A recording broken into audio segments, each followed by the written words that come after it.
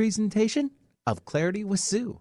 For more information about Sue and her radio show, visit claritywithsue.com. Hey loves, like you, I desire an abundant life and its lifestyle, and to continue to show up as my best version of self, where we win in life, to reclaim, rediscover, redesign an authentic and genuine self. And yes, this is intimacy on a whole new level. Welcome. Join us at claritywithsue.com. Again, that's claritywithsue.com. Right there when you need her. Look at Jonathan. He's having a great... He's dancing. If you're tuning in live radio, you are wondering what in the world is happening. Me too. Benny, this is so crazy because it's YouTube that you get to see us. So how they can just go to YouTube 1150 KKNW, right? Yeah, you're pretty much all over, and so am I, and so is our guest for today. I know, Mr. Humankind. Mm-hmm. Oh, the best. Be both. We have an amazing guest back with us today. And Jonathan, prior to us going live, you were like, well, what are we going to talk about? And there's so many topics that we can talk about. I mean, there's confidence. And then, of course, your new book, which we're going to get to in just a minute. I wanted to remind all of you, please sign up for the newsletter. It's SueLundquist.com/newsletter. I mean, go figure. And, of course, you can get more information at SueLundquist.com. And also, right after today's show, I've got a free webinar if you guys want to join me there and reclaiming the essence of you, some boundary conversations. You losing your energy? Are you spinning out? Come play with me on Zoom.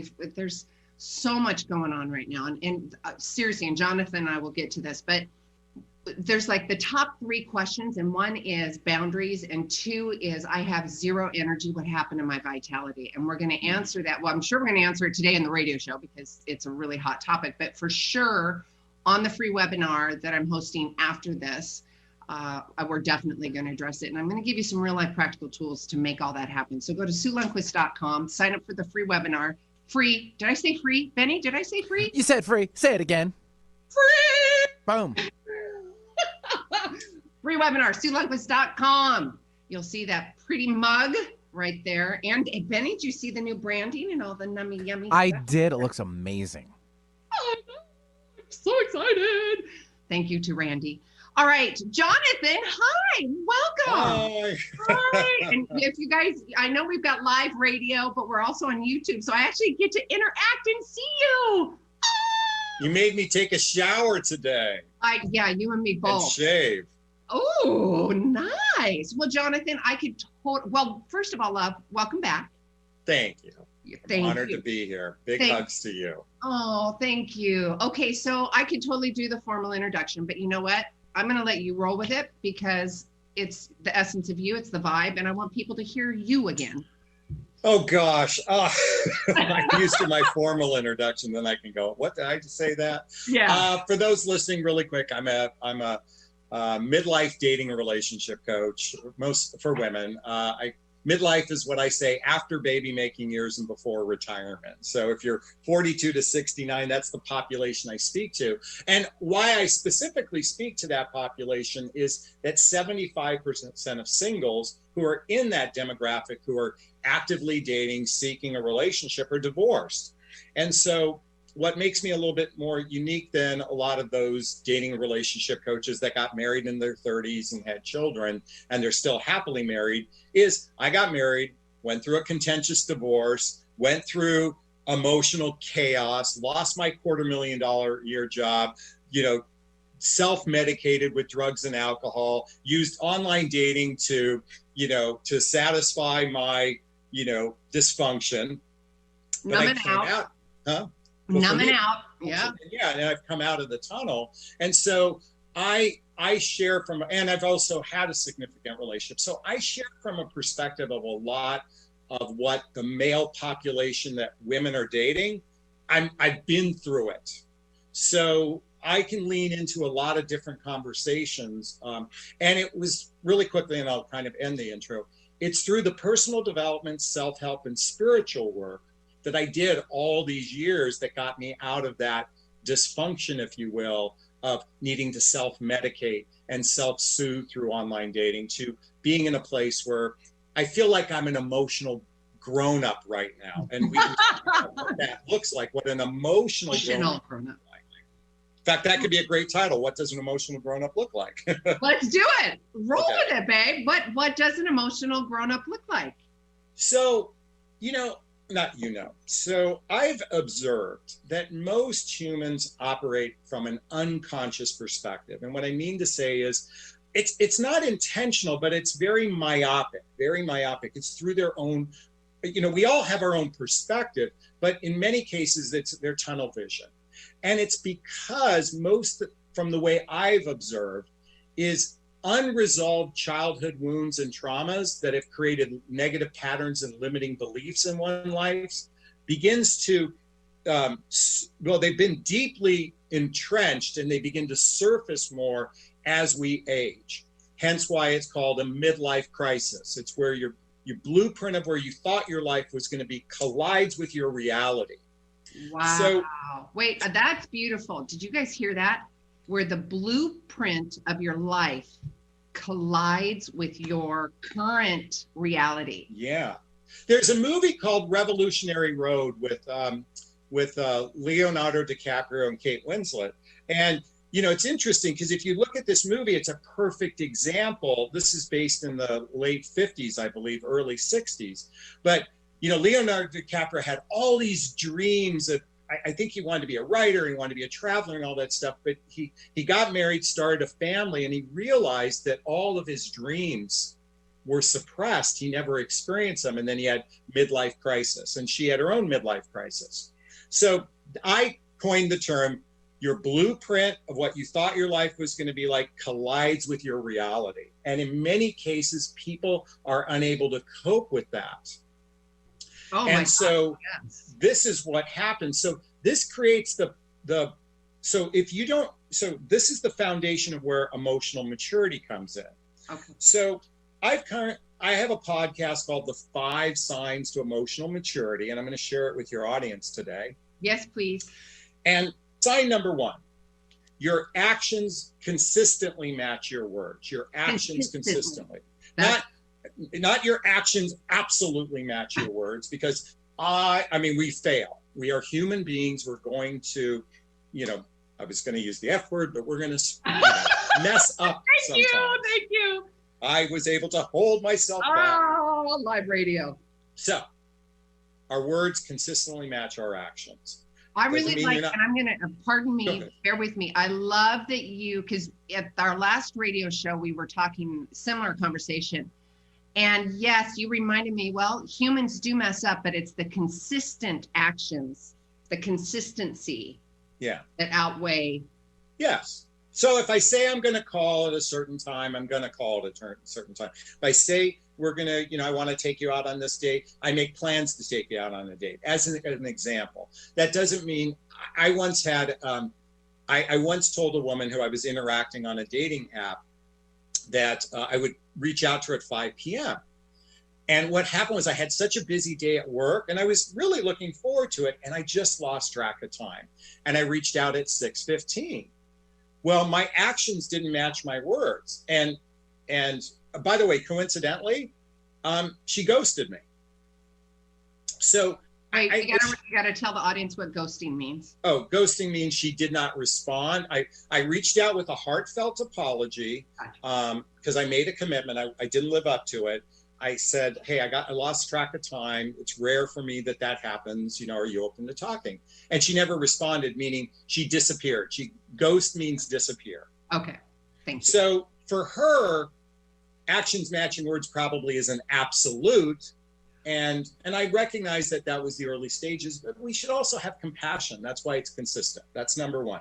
Okay. Number 2, you take personal responsibility for your choices. You take personal responsibility for your choices. Now here, particularly in the United States, people are suckling on the breast of victimhood. I was trying to say it without breaking. I know, that's so true. That's so, and they don't even know it. They don't know it. There's victim consciousness. So if you ever have to do one of these, you're pointing the finger somewhere else. You're not looking at the three fingers pointing back. I love that analogy.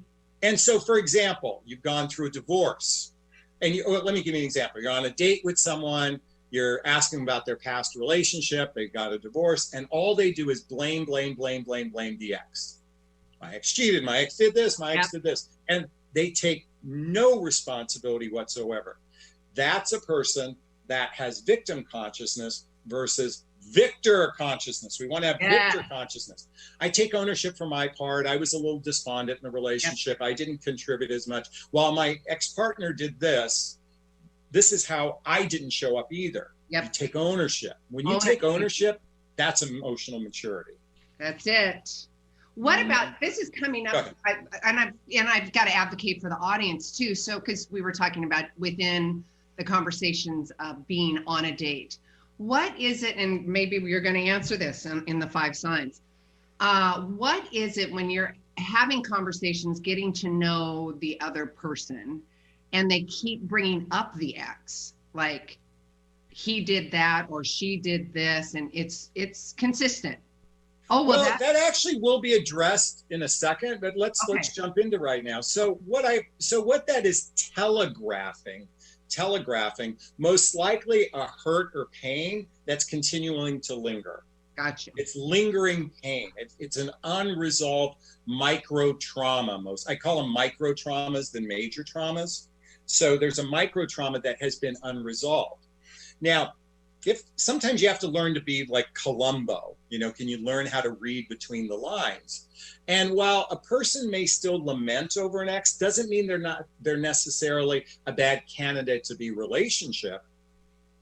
But you have to kind of feel into, is it more an unresolved wound, or is it they just are still madly in love and want to be back with that person?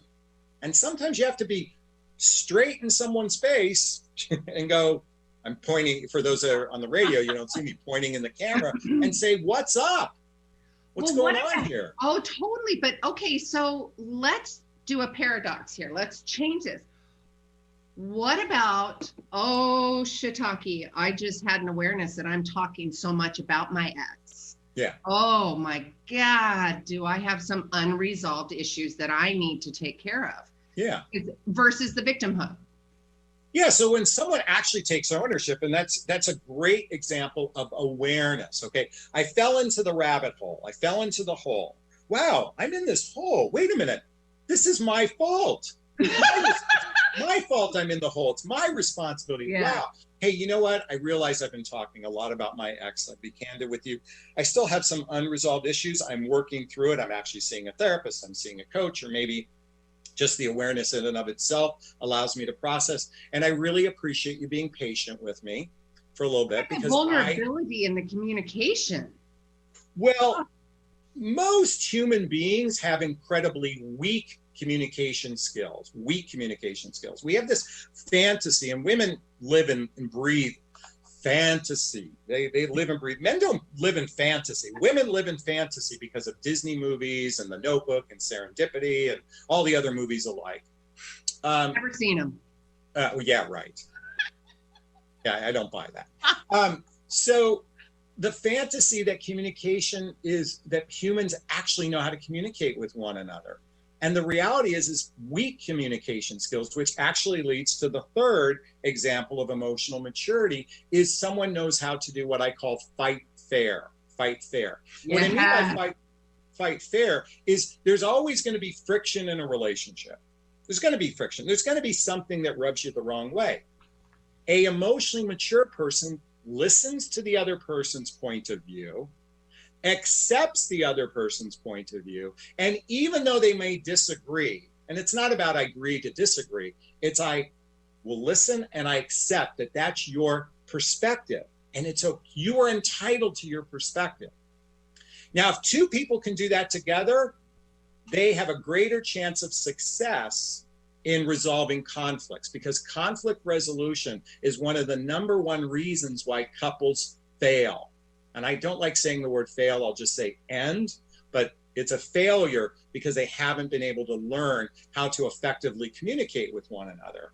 Totally agree. And there's, within that fighting fair conversation, the ability, and even just to say it straight out, and I'm speaking from personal experience, I'm not saying this to make you wrong.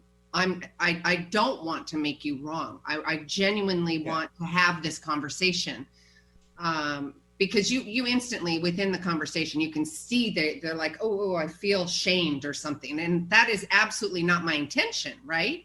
Can we noodle on? Well, most people, they fight to create guilt, okay, because they believe guilt is a great motivator for shift, and it's not. I mean, it can be a little bit. I mean, I've been guilty of things. I'm like, oh, I want to shift that, but to guilt someone also can trigger the even worse effect of shaming someone, because guilting someone could trigger shame in a person, and then they feel less than. And when a person feels less than, they're incapable of leaning in. They lean back because they're literally trying to avoid what's going on. And it's that conversation of creating that safe environment. I call it the CCs, compassionate curiosity. If you can be compassionate and get curious. Yep. Right? Let's absolutely. I'm a big proponent. Compassion is like my book, What the Heck is Self-Love Anyways? It's all learning about compassion for oneself, and compassion for other human beings. Define compassion. In a sentence, in a conversation, in an God, you know what? I don't think I've ever had to do that. It just occurred to me. So compassion for oneself, it's like this, the way I look at it. We all have our adult and we have our little kid. And our little kid can absolutely internally crucify ourselves. I mean, we literally, we can tie ourselves to the cross with the nails in the hand and feet in a horrific way, self-attack. Compassion is just giving yourself a big, gigantic hug of love and saying, you know what? You're good enough. You're good enough. You're lovable. You're likable.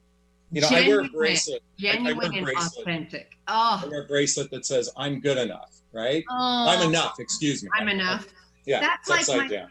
Can you see my first name tattoo? So, and the audience knows this. So literally, I'm totally good with art and tattoo and all that. And we're kind of doing a segue, but listen, this is all about self-love and compassion, right? Yeah.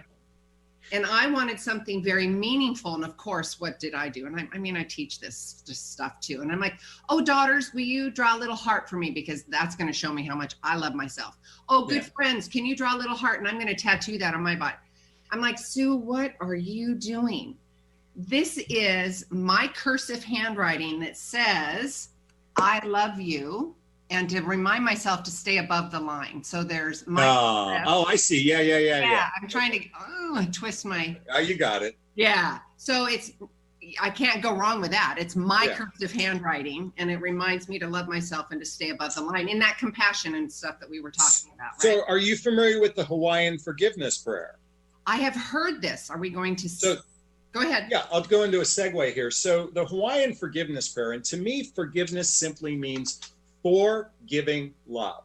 Forgiving love. So the Hawaiian forgiveness prayer, also known as the Ho'oponopono, I believe if I've said it properly, is I love you, I'm sorry, please forgive me, thank you. I love you, I'm sorry, please forgive me, thank you. I love you, I'm sorry, please forgive me, thank you. Now, what that actually does is it's a pattern interrupt into our nervous system that actually shifts out of anxiety, despair. You can't cure depression from the forgiveness prayer, but the forgiveness prayer is like giving yourself an injection of love. Yeah. And it's the same it's an aspect of self-love. It's just giving that little kid inside of you a big, gigantic hug of love. And so compassion is both that big hug within self, and then recognizing that most human beings are doing the best they can. And even if you feel slighted from someone, you feel taken advantage of, whatnot, most humans, not all, most, don't intentionally do things. It's just that they're myopic. And And that leans into the next aspect of emotional maturity. Number 4, right? Number 4, which is empathy. Mm. Now, empathy is mostly described in the sense of I can feel your feelings. But I've leaned into a different aspect of empathy. Sympathy is, I'm sorry you went through this experience, right? Empathy is, I literally feel the experience you have.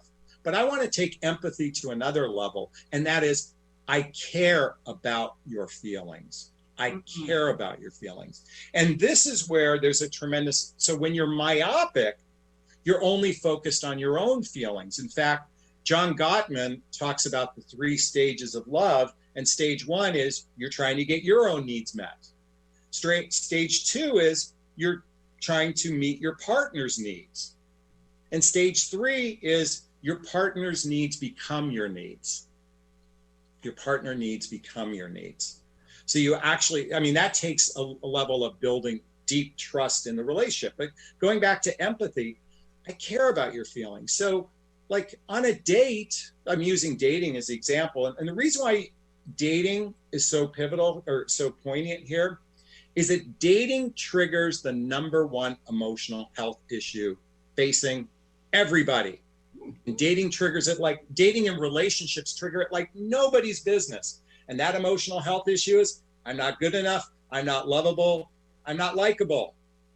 So on some core level, we feel that. So empathy is saying, you know what, I'm sitting across from you at the table. I've got my feelings, but you know what, I'm going to care about your feelings too. I'm going to try to actually lean into and go, let me put myself in your shoes for just a minute. And that is a sign of emotional maturity, of the 4th sign. The 4th sign. I love it. Hey, Benny, maybe with a segue and teasing the audience a little bit, maybe what we should do is take a quick commercial break. I got to know that Benny is in studio. Benny, can you come back on? Yeah, I'm here. I'm totally here. I just turned off my camera. So, sorry, love. I couldn't see you. So let's do that, love. Let's do a quick commercial break. And when we come back, we're going to talk about the number 5 about emotional, what did you say? Emotional grown-up? Emotional maturity, emotional grown-up. Grown-up. I love it. All right. We'll be right back. Sue Lundquist here with the Gratitude Cafe. We'll be right back. I'm going to do a terrific show today because I'm good enough, I'm smart enough, and doggone it, people like me. Baby, I can't wait.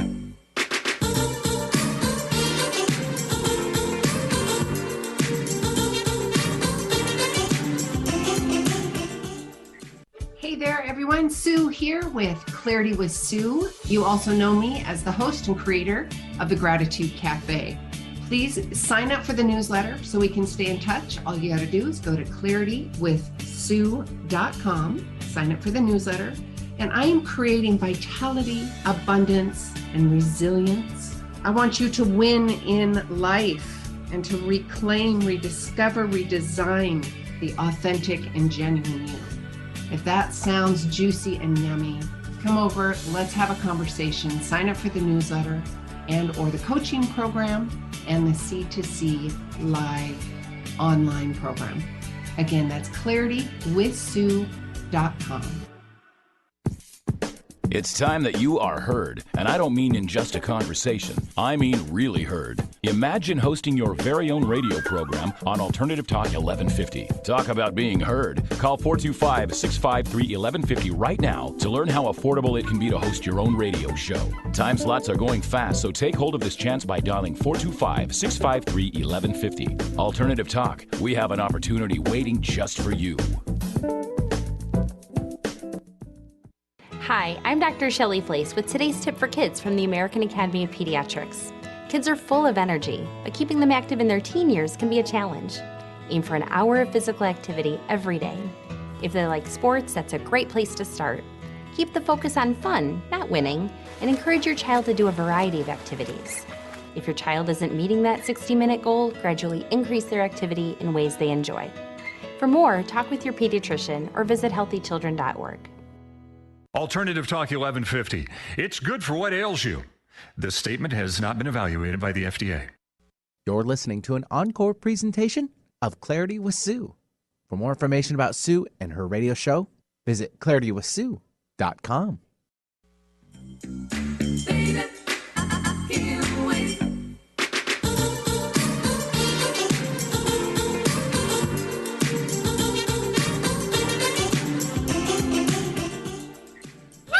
I love it. All right. During the break, you missed it on YouTube. We were talking about, ears, hands, feet. I have to go back. Is this a fetish conversation? Is this a fetish show? Actually, hang on. You only missed it on the terrestrial radio side of things. On YouTube, you did catch everything. Get it. Yeah. Yeah, so you need to go back to the YouTube. That's what I meant to say. Thank you, Benny, a.k.a. Mike. You're such a teaser. Yes, I am. My girlfriend says it too. Lean in. Lean in. Lean in. Leaning in. Lean in, indeed. Oh, that's awesome. Humankind, be both. Jonathan, welcome back, love. Thank you, sweetheart. Thank you. So, top of the hour to all of those on live radio. If you guys are just tuning in, please go back because we have really dived into a lot of deep conversation about self-love, being an emotional grown-up, what that looks like, defining that. Yeah. And Jonathan and I having a pretty candid conversation about what that looks like under the kind of the umbrella of dating too. We're sprinkling that in, but just, be human, be kind, and be both. We were talking about the 5 signs to emotional maturity, the 5 signs to emotional grown-up. We talked about, consistent was number 1. 2 was personal responsibility for your own actions and behavior versus the victimhood, right? Oh my goodness. And, there was something I had heard a few years ago. Oh, I don't remember who it was. And there was the old analogy that, okay, I take 50% responsibility, you take 50% and we'll come together. That doesn't work. I take 100% responsibility, you take 100% responsibility, then we come together and we figure it out. Well, I think it's 100% of my part. My part, yes. Yeah. That's what I mean. Because the parts can be lopsided. I think it's important to recognize that one person's action might trigger something that's, a huge disparity. But ultimately, it's really just saying, I take ownership of my part. Yep. Whatever that, how much that weighs, it was really irrelevant. But absolutely. That's taking emotional maturity. Absolutely. And then number 3, fighting fair. It's conflict resolution. Absolutely fighting fair and having the tools and the language to be able to do that. Yeah. Number 4 is empathy. And that is, Jonathan goes above and beyond and says, he's leaning into you. I care about you and what you have to say, correct? Yes. In other words, I care about your feelings and I'm anticipating it too. In other words, I'm going to give you an example. Okay. What do all men think about on a first date? I'm going to let you answer that. Oh, come on. What's the number one thing we're thinking about if we're attracted to someone? Sex. What are we thinking about? Sex, right? So those are givens. Yeah. So we know this about... Do you hear Benny? What? I was just adding a little... Was he doing bump, chicken bounce? Yeah. He was. Yeah, welcome, Jonathan. I know, right? I know, I love it.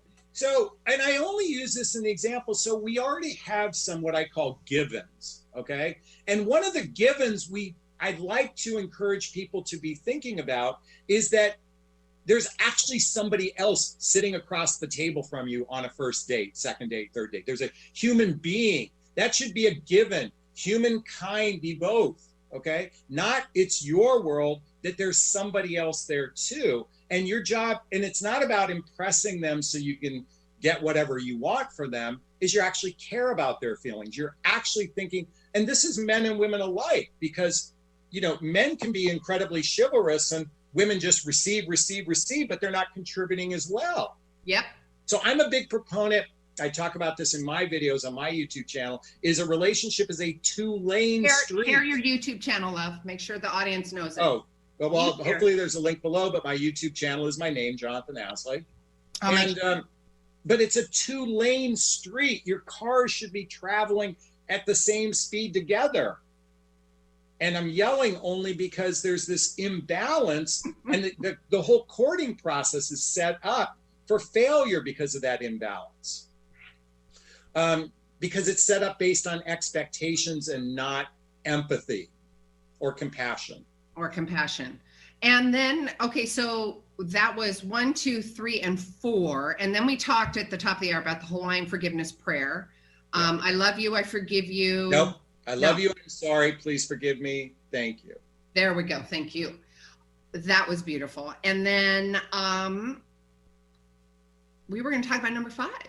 Number 5, the fifth sign of emotional maturity, I believe, and this is my perspective, and there's more than 5, these are Jonathon Aslay's 5, is transparency. Okay. And we can interchange authenticity with that too. But I think what's important about transparency, what we're really leaning into here with this, is that when you ask a sincere question of another human being, then they should sincerely respond to it instead of avoiding it. Transparency is actually sharing, when you're interacting with another human being, what's coming up for you. Now, now in the early stage of dating, that may be difficult because you may have something very private that you don't feel safe to share. Right. But ultimately, when a relationship begins to form and evolve, and there's sexual intimacy going on, there should be, I believe, that transparency is a demonstration of emotional maturity. And what we're seeing in the relationship realm is people are holding back significantly. They're holding back significantly. Well, I'm advocating for the audience, because if I'm thinking it there, so at what point do you have that I'm guessing there's different levels of transparency in different parts of the conversation, right? Well, so I think if it's material to the relationship, and you ask a question that's material to the relationship, then the transparency is, I'm going to answer it instead of avoid it. So and you're saying if I'm avoiding it, I've got to look within and go, okay, is it a trigger? What's happening? Well, first off, you have to have awareness to recognize you're avoiding it. Most people are so blind to that they're incapable of it. Yeah. But if you're the person at the receiving end, you lean into asking more questions. And if someone continually deflects, and if they deflect with a level of hostility or turning it around and making it about you, then that's an example of what's called gaslighting or defensive behavior. And that's typically a person that doesn't know how to fight fair. They lack the empathy. They don't take personal responsibility for their choices, and their actions are most likely, it goes right up the top, and you'll recognize that this person lacks emotional maturity. Now, men, and since I coach women on understanding men, we aren't always transparent because of the following reason. We don't want to make a promise we can't keep. Most men. So there's oftentimes an imbalance. A woman gets to a level of commitment well before a guy does, and she's seeking this validation, and he's not going to make a promise he can't keep. So this is why some men are holding back, because the emotional responsibility of the relationship is greater than he can lean into. Yep. This is why when a woman works with me in my private coaching, I teach what I call the roots to trust. The roots to trust. Ooh. Now, what I mean by roots to trust is that a relationship requires developing roots. And there's 5 primary roots. Now, I only teach this in my private coaching. So these 5 primary roots actually help develop trust. And when trust is built, people can be more and more transparent. But so think about it, Sue. What happens to a tree in a hurricane wind with no roots? Yep. Twink. Twink. Over. Yeah. And relationships are so hyper-focused on romance as the development of the relationship, and not the core essence of a relationship. And this is why so many new relationships end at some point. I was going to say fail or end, because they never build the roots to trust. Well, there's a conversation in that too, Jonathon, that says, I don't think I really wanted to invest in that anyways, right? You've got to have that awareness and clarity. I mean, when you say that, I'm thinking, well, if I'm invested and genuinely are going to jump into this and lean into this relationship, I'm going to do the work. Yeah. If I'm like, I love you. I bless you. You do your thing, live your life. That's fine. I'm not. Well, acceptance is certainly one aspect. You know, anybody can accept anything in a relationship. But if your needs, wants, and desires are continually not being at least attempted to be met, and it's not being expressed, then you're going to have a relationship most likely with resentment. And it's the pink elephant's going to show up someday. Oh, so yeah. I'm all about heading it off at the pass. Gotcha. The sooner you do it, the greater chance for success. So I always say to my clients, I don't know if I'm allowed to say these words on radio, but if you're going to have intercourse on a regular basis, say that. Okay, I can say that. Figure that's a generic word. But if you're going to have intercourse on a regular basis, then you have every right to talk about what does it take to create a healthy, happy relationship. This is why my audience always hears about the book 8 Dates by Dr. John Gottman. 8 Dates by Dr. John. This is the mechanics to a relationship. And about this percentage of by the way, never do that to a guy. The audience has no idea. The radio audience has no idea what you just did. Yeah, You're gonna have... I put my finger. The vast majority of the population have this level of awareness of the mechanics of a healthy, happy relationship. And ladies, I know you guys think you're the container. You're the ones who want commitment more than men, and you think you know everything. And trust me, I interview thousands of women every year, and you're clueless just as well. Until you read this book, and then you're going to be clued in. Bring the book back. Okay, the book is 8 Dates by Dr. John Gottman. Do a screenshot. All right, 8 dates. Here we go. Cheese. I got you. Yeah. Oh, live audience, guys. You know what we're talking about. So Gottman, just Google Gottman 8 Dates, and you'll find it. Jonathan, please remind them how to find you. It's Jonathan, and I'm going to spell it out because when you say it really fast, I can't hear what you say on your last name. So my name is Jonathon, Jonathon. Last name is spelled A as in apple, S as in Sam, Lay, .com. And so it's as and lay. Oh, of course. As and lay. Yes, of course. Now they'll remember it. And that's also the YouTube channel. That's my YouTube channel as well. Yes. So we have been talking yummy, juicy stuff. Quite honestly about, and those top 5 things, it's all about self-love too, because I'm rereading it. Transparency, empathy, fighting fair. What we were talking about, what was it? Consistency. Victor versus victim consciousness, and then consistent words. Isn't that brilliant? I made that up myself. I love it. But it's that in its own conversation is about self-love. I mean, that's self-love. It's about being an emotional grown-up and working towards fostering, big words, working towards leaning in, fostering, because it's an evolutionary process. It's going to keep evolving. So I think of self-love as inner peace, And so like my podcast is called the What Would Love Do podcast. And it says we're on an exploration of life, love, and the pursuit of inner peace. Because to me, inner peace is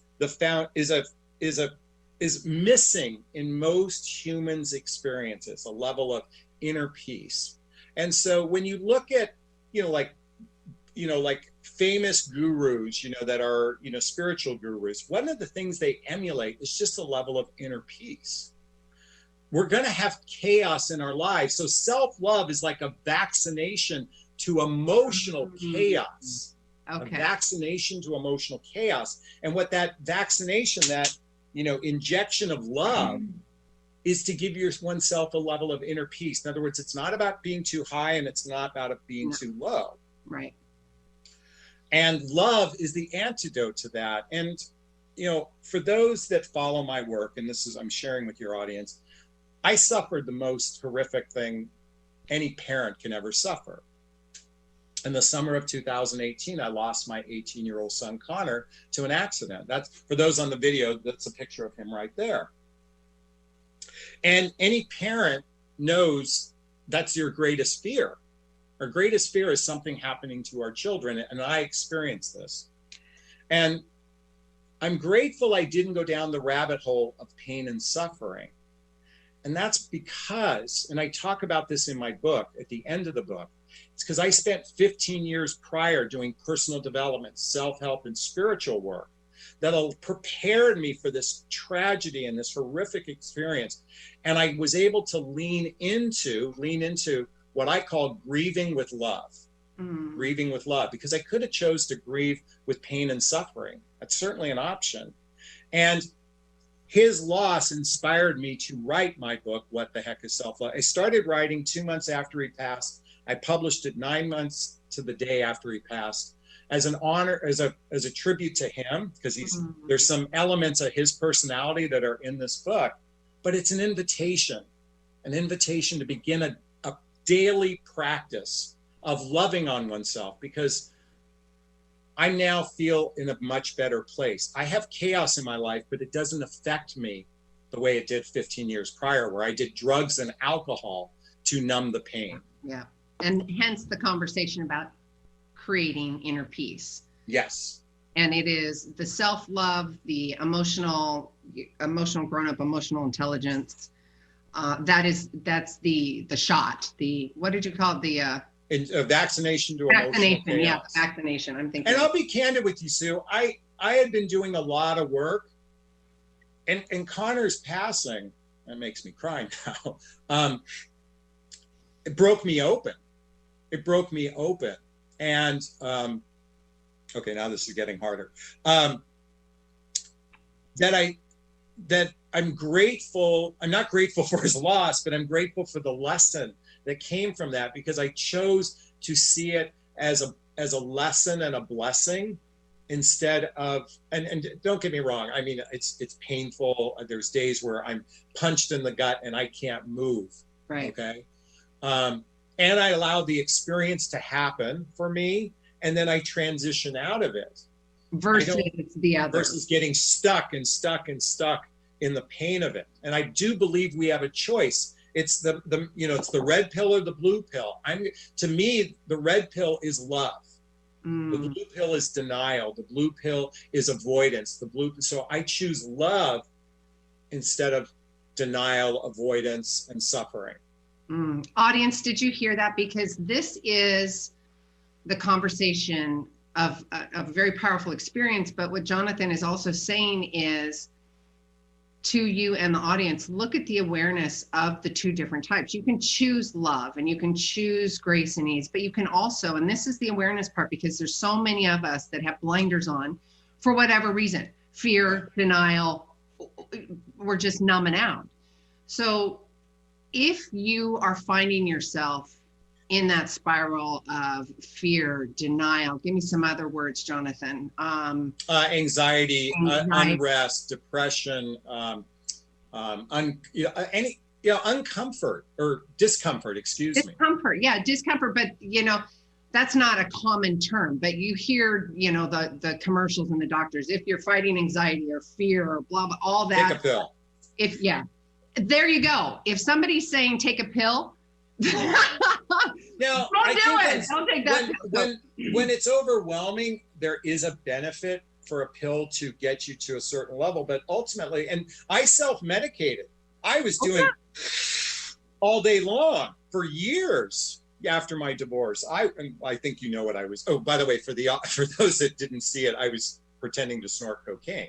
I mean, I did court, but it was drugs and alcohol that got me through every day. But that wasn't healing me, and I had to finally take a step.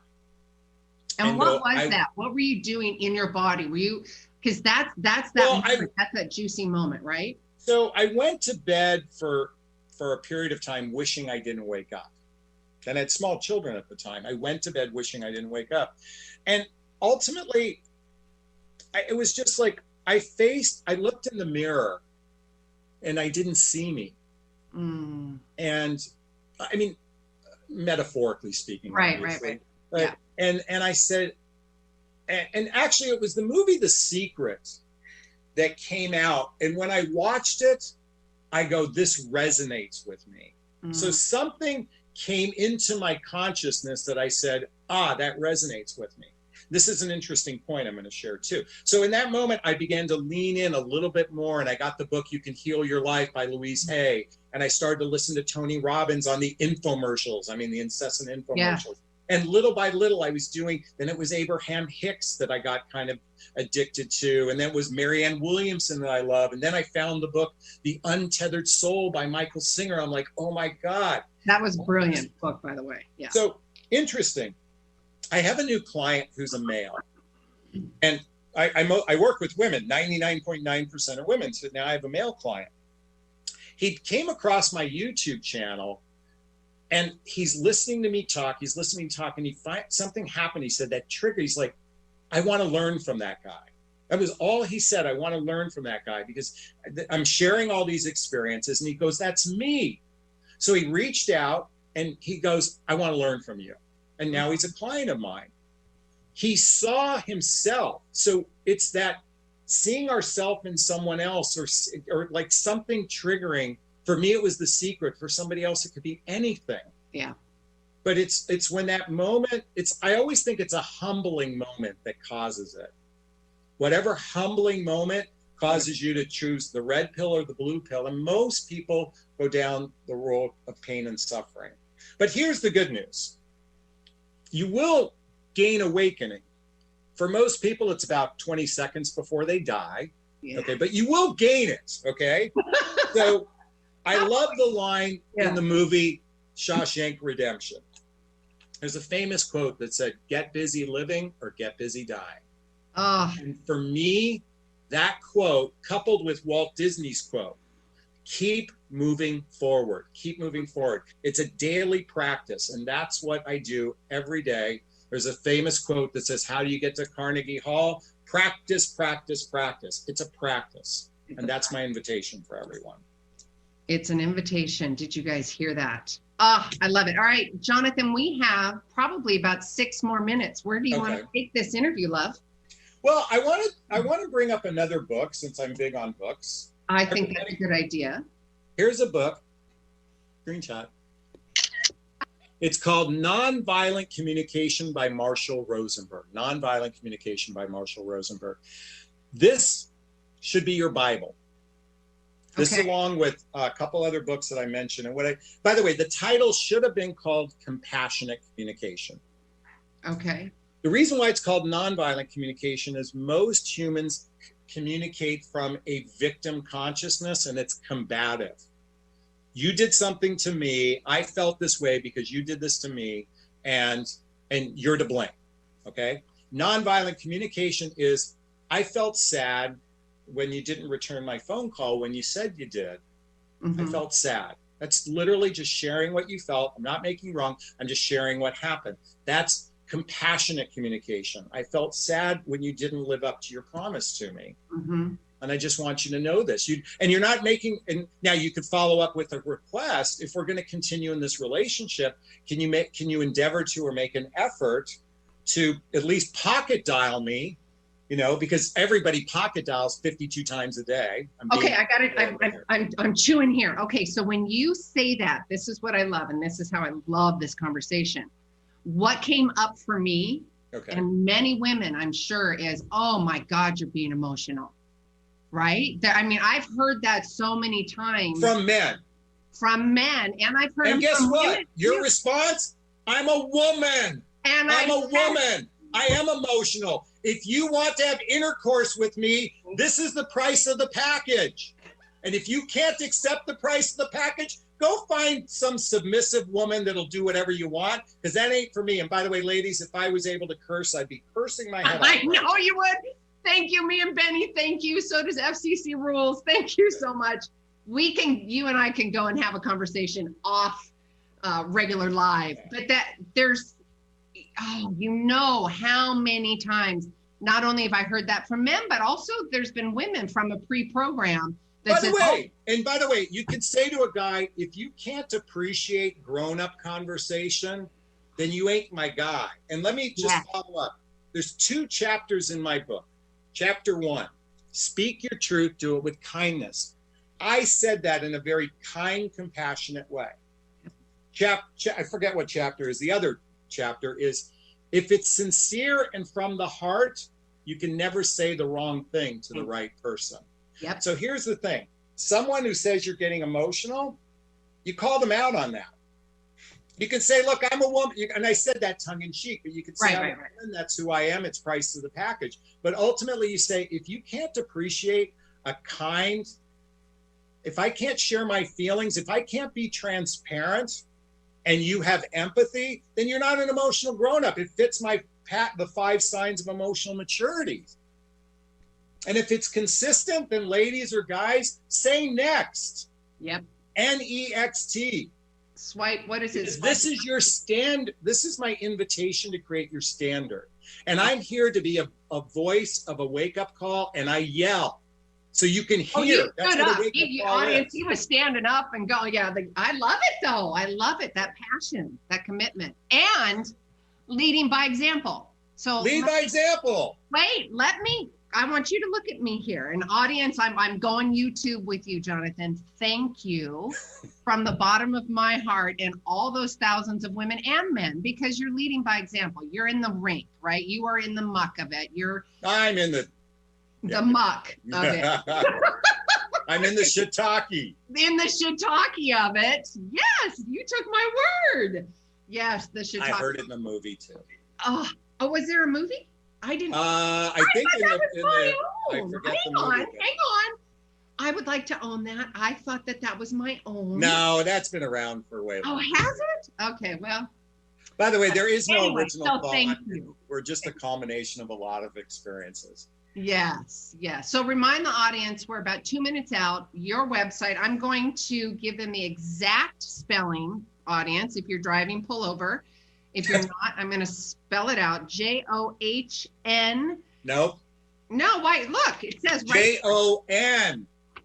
That's misspelled. Your assistant. That was okay. Then you. By the way, look at your screen. It has my name right there. It doesn't show up. There it is. Oh, well, then I need my glasses. Oh, for criminy sakes. JONATHONASLAY.com. And it's also the YouTube channel. My apologies. Channel, podcast, the book. Podcast, the book. Oh, so exciting. We got about 2 minutes. I love this. So love, sex, and communication. Audience, are you showing up as an emotional grown-up? What does that look like? Well, Jonathan. I like that as a title better for this. Which one? The 5 signs of emotional maturity, or what's an emotional grown-up. Oh God, I love it. Let's do it. The 5 signs of emotional grown-up. I like emotional grown-up because it's got a little twang to it, right? Yeah.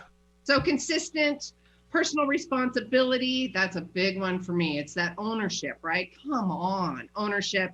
Fighting fair, it's another big one. I mean, all of them are really. So it's being consistent, personal responsibility versus the victimhood, audience. Number 3 is fighting fair, that conflict resolution. Number 4 is empathy. Jonathan says, above and beyond the typical empathy meaning, it's you leaning in and saying, feeling, I genuinely, my words, genuinely and authentically care about your feelings. Those are big buzzwords for me, is genuine and authentic, because in a hot second, I can feel it if you're not. And I'm like, I call the B and the other S word. I gotcha. Yeah. I'm like, yeah, it's got to be authentic and genuine. That's number 4, care about your feelings, leaning in. And number 5, transparency. Super juicy, yummy, sexy conversation. If you are just tuning in, well, poo-poo on you. You missed some really good Go stuff. rewind. Rewind if you are tuning here on YouTube. Hello, you guys. Thank you so much for tuning in. Jonathan, it's so fun. I love having you. I love having this conversation. Thank you so much. Wait a minute. Was this live on YouTube right now? Yes. Oh, I thought this was going to be posted. No, All right. we're all live. And then we'll repost. And now Got we're it. going to turn it into the podcast and Okay, all cool. that. We're all over. We're all over for you, Jonathan. We're all over. Yes. Okay, cool. All over. All right, guys. Jonathan, thank you so much. Show your book one last time, babe. I know I did. Thank you. All right, guys. Until next week, each of you are a gift. Get out.